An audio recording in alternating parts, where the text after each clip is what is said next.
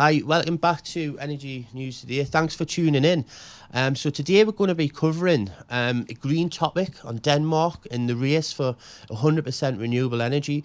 We're also going to be covering the budget and how it affects British businesses, homes, everybody really.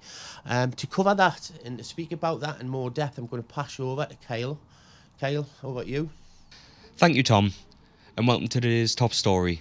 And in the latest news regarding the current gas crisis, the autumn budget has been released by the Chancellor, Rishi Sunak, on the 27th of October. And sadly, and rather surprisingly, the budget did not have any plans to help UK households during the current gas crisis or fuel shortages across the UK this winter. We reported last week on Energy News Today that reports were the government were not planning to reduce VAT from 5% to 0% over the next 6 months, despite calls from the Labour Party to do so. So this has not been included in the plan as expected. Not the greatest of news for those worried about their gas this winter. With EU leaders calling for a potential reform of the economic system in the last couple of weeks, as reported by Energy News Today, there's also calls by Labour MP Ed Miliband on the government to take public responsibility. The Conservative government are taking a very surprising move in not addressing the current crisis to help the nation from a crisis which has already affected 2 million people and 15 suppliers going bust, and it could already affect millions more going into this coming winter. With amid price rises and those trying to stay warm, and for those on the road, it could be extremely difficult. More on Energy News Today as we get it. Back to you, Tom. Thanks for that, Kyle. So great or not so great, you decide. You know, it's never really impressive when he gets out his red briefcase, but we can only hope that's going to get better. Me personally, I am thinking it will get better. You know, whenever they mention a crisis or, you know, there's a little bit of panic, but it does eventually settle down, history dictates. But we'll see. We're going to stay optimistic with that one. I'm going to now pass you over to Brandon. He's going to be talking about Denmark and the race for hitting green energy in the first country to do that. Thank you.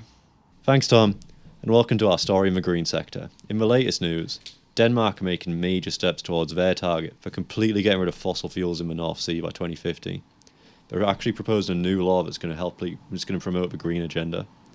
This means Denmark are going to be the largest country that produces oil and gas to have a complete end date for usage to be eradicated completely. Dan Jorgensen, Climate Minister of Denmark, has spoken about his country tackling this ambitious goal. He says, "Denmark will set a new green course and signal the end of the fossil fuel era in the North Sea. When we shut down the oil taps, along with Costa Rica, we will gather an alliance of governments that will follow our example and phase out oil and gas production. By taking the lead, we can inspire others and make a big difference in the fight against climate change." So with Denmark leading the way in the fight to eradicate fossil fuels altogether, and with the current global crisis in gas and energy, it's going to be intriguing to see which countries will look to follow in Denmark's footsteps in the following weeks and months. Back to you, Tom. Right, yeah, thanks, Brian, for that. Yeah, so that's a nice positive story. You know, who can get there first? Who can be the first green country? It is looking like Denmark. You know, they're normally the leaders when it comes to things like this. If you've concern or if you've got any questions about any of our stories today, whether it's about the budget, about what Kyle spoke about, whether it's about going green yourself and as a business in the UK, if you've got any concerns, you know, you can just contact us directly. Comment in the messages below. We'll contact you straight back. Contact us on all our social media. But yeah, thanks again for tuning in. As I mentioned, we're going to be bringing stories at you all the time, especially during these times for UK businesses. Stay tuned. Thank you.